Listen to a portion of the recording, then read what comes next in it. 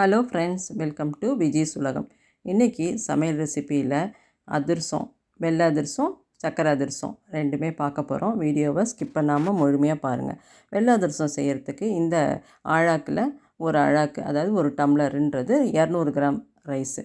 இதை நல்லா கழுவிட்டு 4 மணி நேரம் ஊற வச்சு வடிச்சிட்டு நல்லா தண்ணி வளர்ந்ததுக்கப்புறம் இந்த மாதிரி மாவாக ஈரப்பதத்தோடு தரிச்சிட்டு வரணும். புட்டு மாவு இதெல்லாம் செய்வோம் இல்லைங்களா, அந்த மாதிரி. இந்த அரிசி மாவு 2 கப்பு இந்த கப்பால் இருந்துச்சு. அதுக்கு 3/4 கப்பு வெல்லம், பொடிச்ச வெல்லம் எடுத்துருக்குறேன். இந்த ஆழாக்குங்க, இதுதான் கணக்கு. இதால் ஒரு ஆழாக்குக்கு இந்த கப்பால் 2 கப்பு ரைஸ் வந்ததுங்க. நான் அளந்து பார்த்த மாவு 2 கப்பு மாவு வந்தது. இதுக்கு 1 கப்பு வெல்லம், இதுதான் கணக்கு.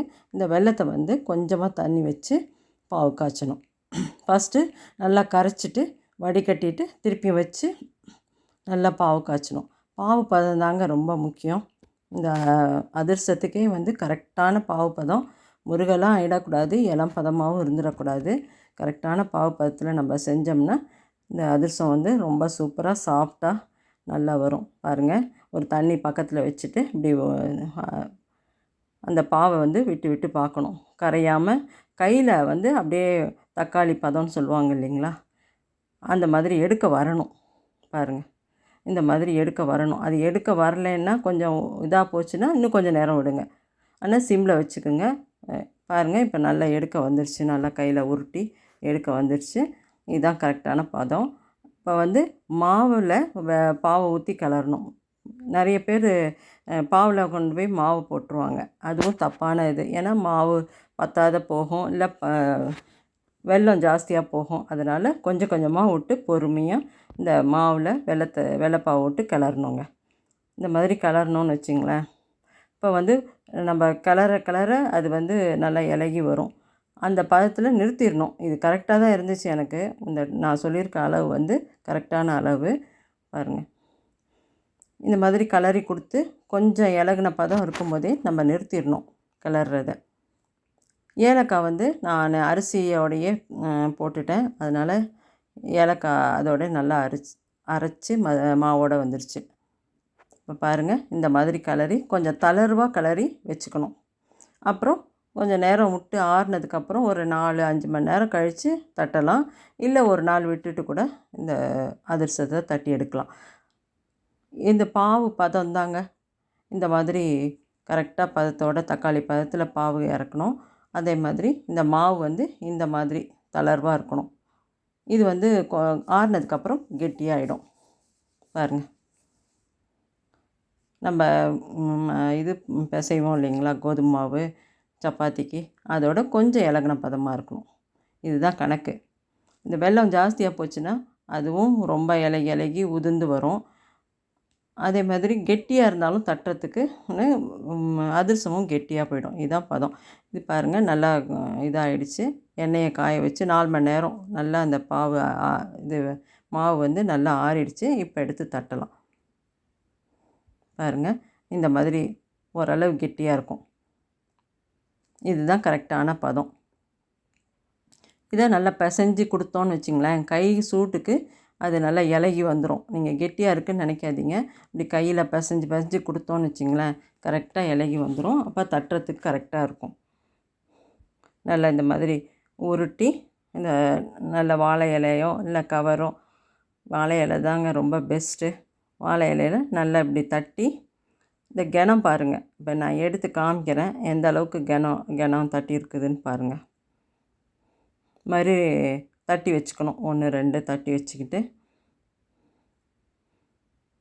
நல்லா எண்ணெய் தடவிக்குங்க ஃப்ரெண்ட்ஸ். இல்லை நெய் கூட தடவிக்கலாம். நான் எண்ணெய் தான் தடவினேன், குக்கிங் ஆயில். இது பாருங்கள், இந்த அளவு கனம் இருக்கணும். இந்த அளவு இருந்தால் தான் மெத்துன்னு நல்லா சாப்பிட்றதுக்கு நல்லாயிருக்கும். எண்ணெய் காஞ்சோன்னே கொஞ்சமாகவே எண்ணெய் வச்சுக்கோங்க. எனக்கு இந்த ஒரு 18 அதிரசம் வந்தது, கரெக்டாக போச்சு. ஒரு 1/4 கிலோவுக்கு மேலே, 1/4 லிட்டருக்கு மேலே எண்ணெய் ஊற்றினேன். கரெக்டாக இருந்துச்சு. நீங்கள் நிறைய சுடும்போது கொஞ்சமே எண்ணெய் ஊற்றி சுடுங்க. அப்போ தான் நல்லா நிறைய எண்ணெய் செலவு இல்லாமல் அந்த சுட்ட எண்ணெயும் வேஸ்ட் ஆகாமல் இருக்கும். பாருங்கள், இப்போ எவ்வளோ அழகாக உப்பி தானாக வருது பாருங்கள் மேலே எழும்பி. இதாங்க கரெக்டாக நம்ம பண்ணோம்னா உதிராமல் செய்யாமல் அதே சமயம் சாஃப்டாகவும் கிடைக்கும் அதிரசம். இந்த மாதிரி எக்ஸ்பீரியன்ஸ் இருந்தால் இந்த மாதிரி செய்யுங்க. இல்லைன்னா ஒரு தட்டில் ஒரு சின்ன டவரா கிண்ணம் மாதிரி வச்சுட்டு கூட ப்ரெஸ் பண்ணி எடுத்துங்க. பாருங்கள் ஃப்ரெண்ட்ஸ், எவ்வளோ சூப்பராக அதிரசம் ஒன்று கூட உடையாமல் அவ்வளோ சூப்பராக வந்திருக்கு பாருங்கள். நீங்களும் இந்த மாதிரி இதே பக்குவத்தில் செஞ்சிங்கன்னா அதிரசம் ஒன்றும் பெரிய இது இல்லைங்க, கம்பசத்திரம் இல்லை, ஈஸியாக செஞ்சிடலாம். ஆனால் கரெக்டான அளவும் அந்த பாவு பதமும் ரொம்ப முக்கியம். கொஞ்சமாக செஞ்சு பாருங்கள் ஃப்ரெண்ட்ஸ், அப்போ தான் வந்து பாருங்கள் உடைச்சா எவ்வளோ அழகாக உடையுது பாருங்கள். மேலே கொஞ்சம் லைட்டாக அந்த இது கோட்டிங் இருக்கும், உள்ளே வந்து நல்லா சாஃப்டாக இருக்கும். இதுதான் அதிரசத்தோட சரியான பதம். இந்த ஒரு டம்ளர் 200 கிராமுக்கு எனக்கு 18 அதிரசம் கிடச்சிது. அடுத்தது நம்ம சக்கரை அதிரசம் எப்படி பண்ணலான்னு பாருங்கள். அதுவும் நல்லா சாஃப்டாக வந்து எல்லோரும் சொல்லுவாங்க மொறுமொறுன்னு இருந்தது, கிறிஸ்பாக இருந்ததுன்னு சொல்லுவாங்க. ஆனால் நான் சொல்கிற மெத்தடில் செஞ்சு பாருங்கள், நல்லா சாஃப்டாகவே உங்களுக்கு சக்கரை அதிரசம் கிடைக்கும். அதே அளவு தாங்க, ஒரு டம்ளர் ரைஸை நல்லா 4 மணி நேரம் கழுவிட்டு ஊற வச்சு எடுத்து வச்சுருக்கிறேன். இதுக்கு வந்து 3/4 கப்பு சர்க்கரை எடுத்துருக்கிறேன். அதாவது ஒரு 200 கிராம்னு வச்சுக்கோங்க. அரிசி 200 கிராம்னால் சர்க்கரையும் 200 கிராம் தாங்க. இதை வந்து நல்லா தண்ணி ஒரு அரை கிளாஸ் கொடுத்து நல்லா கரைச்சி அதுக்கப்புறம் பாகு பதம் வரணும். இந்த பதம் தாங்க, கொஞ்சம் கொஞ்சம் ஊற்றி பாருங்கள். அந்த நல்ல தக்காளி பதம்னு சொல்கிறாங்க. இந்த மாதிரி உருட்டினா அழகாக எடுக்க வரணும். இந்த பாவு எடுக்க வரலைன்னா இன்னும் ஒரு 2 நிமிஷம் விடணும். பாருங்கள், எனக்கு கரெக்டாக எடுக்க வந்துடுச்சு, நல்லா உருட்டி வந்துடுச்சு. நான் ஆஃப் பண்ணிட்டேன் ஸ்டவ்வை. இப்போ வெள்ளை அதிரசத்துக்கு சொன்ன மாதிரி தான் மாவில் பாவை ஊற்றி கிளறணுங்க. அதே மாதிரி நான் ஏலக்காவை அரிசி அரைக்கும் போதே 2 ஏலக்காய் தட்டி போட்டுருவேன், அதிலே போட்டுருவேன்.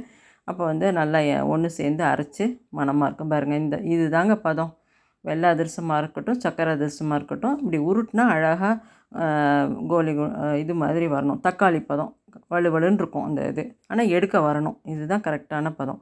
இப்போ கொஞ்சம் கொஞ்சமாக பாவை ஊற்றி கிளற வேண்டியதான். இந்த சக்கரை பாவை ஊற்றி கிளறணும். இதுவும் ஒரு 4 மணி நேரம் ஆற விடணுங்க. அப்போ தான் வந்து நல்லா இறுகி அது கொஞ்சம் நல்லா தட்டுறதுக்கு ஆறியும் இருக்கும். அதுக்கப்புறம் நம்ம தட்டிக்கலாம், இல்லை ஒரு நாள் விட்டு கூட நம்ம செஞ்சுக்கலாம். இந்த மாவு அரைச்ச உடனே இந்த பாவு கிளறி வச்சிடணுங்க. அதுதான் ரொம்ப முக்கியம். மாவு காஞ்சிடக்கூடாது, அந்த ஈரத்தன்மையோடு இருக்கணும். இந்த 2-3 ஸ்டெப்பை நம்ம கரெக்டாக பண்ணோன்னு வச்சுங்களேன், இதுவும் நல்லா சூப்பராக வரும். இந்த ரெசிபி வந்து எங்கள் பெரியம்மா எனக்கு சின்ன வயசில் சொல்லி கொடுத்தாங்க. அது நான் ஒவ்வொரு தீபாவளிக்கும் நினச்சி பார்த்து செய்வேங்க. இதில் ஒரு கொஞ்சமாவது நான் கண்டிப்பாக செய்வேன் சக்கரை அதிரசம். எனக்கு வந்து ரொம்ப சூப்பராக அந்த சாஃப்ட்னஸோடு இருக்கும், மொறுமொறுன்னு வரவே வராதுங்க. நிறைய பேர் சொல்லுவாங்க மொறுமொறுன்னு வந்துடுச்சுன்னு. இந்த பக்குவத்தோடு செஞ்சோம்னா இதுவும் நல்லா, இந்த பாருங்கள், இது இந்த மாதிரி இருக்கணும், இலகுன தன்மையோடு இருக்கணும். ஆறிடுச்சுன்னா இது நல்லா கொஞ்சம் கெட்டியாக வந்துடும். இந்த ஸ்டேஜில் நம்ம நல்லா ஆறுனதுக்கப்புறம் நல்லா உருட்டி, இந்த கை சூட்லேயே அது கொஞ்சம் இலகி கொடுக்கும். அந்த நல்லா உருட்டிட்டு அப்புறம் எண்ணெய் தடவின அந்த வாழை இலையில் வச்சு தட்டி எண்ணெயில் பொரிக்க வேண்டியது தான் ஃப்ரெண்ட்ஸ். இந்த அளவு நல்லா கனமாக கொஞ்சம் இதாக தட்டிக்கிட்டோன்னு வச்சிங்களேன், அது வந்து நல்லா எண்ணெயில் போடும்போது பிரியாமல் இருக்கும். ரொம்ப மெலிசாகவும் போடக்கூடாது. இந்த மாதிரி சின்ன சின்ன ஸ்டிப்ஸ் எல்லாம் கரெக்டாக பண்ணோன்னா சக்கரை அதிரசம் கூட நல்லா சாஃப்டாக வெள்ளை அதிரசம் மாதிரியே நல்லா சாஃப்டாக கிடைக்கும் ஃப்ரெண்ட்ஸ். இந்த அளவு கனமாக இருக்கணும் பாருங்கள். அதே மாதிரி மாவு கிளறும்போது இந்த பாவு ஊற்றி கிளற பக்குவமும் கரெக்டாக நம்ம இந்த மாதிரி அந்த கொஞ்சம் இலகுன தன்மையோடு இருக்கும்போதே நம்ம இது பண்ணிடணும். ரொம்ப கெட்டியாகவும் ஆகிடக்கூடாது, ரொம்ப இலகுன தன்மையாகவும் இருக்கக்கூடாது பாவு. அதனால தான் நான் மாவில் பாவை ஊற்றி கிளறணுன்னு சொன்னது. நிறைய பேர் வந்து பாவில் மாவு போட்டு போட்டு கிளறுவாங்க, அதுவும் தப்பான இது. இந்த மாதிரி கரெக்டான பக்குவத்தில் நம்ம செஞ்சோன்னு வச்சிங்களேன், பாருங்கள், எண்ணெயில் போட்ட உடனே அழகாக எலும்பி மேலே வரும் பாருங்கள். அதே மாதிரி லைட்டாக பூரி மாதிரி உப்பியும் வரும். இதுதான் கரெக்டான பக்குவத்தில் நம்ம மாவு கிளறி இருக்கோன்றதுக்கு அடையாளங்க. இந்த மாதிரி சின்ன சின்ன டிப்ஸ் எல்லாம் கரெக்டாக பண்ணோன்னா இந்த சக்கரை அதிரசம் கூட ரொம்ப சாஃப்டாக எங்கள் பெரியம்மா சொன்ன மாதிரி கரெக்டாக சாஃப்டாக கிடைக்குங்க, மொறுமொறுன்னு வரவே வராது. அதனால் சின்ன சின்ன டிப்ஸுங்களை கரெக்டாக பண்ணோன்னு வச்சுங்களேன், நம்ம சூப்பராக எல்லா பலகாரமும் இந்த மாதிரி தான் கவனமாகவும் அந்தந்த அளவுகளும் கரெக்டாக செய்யணும்.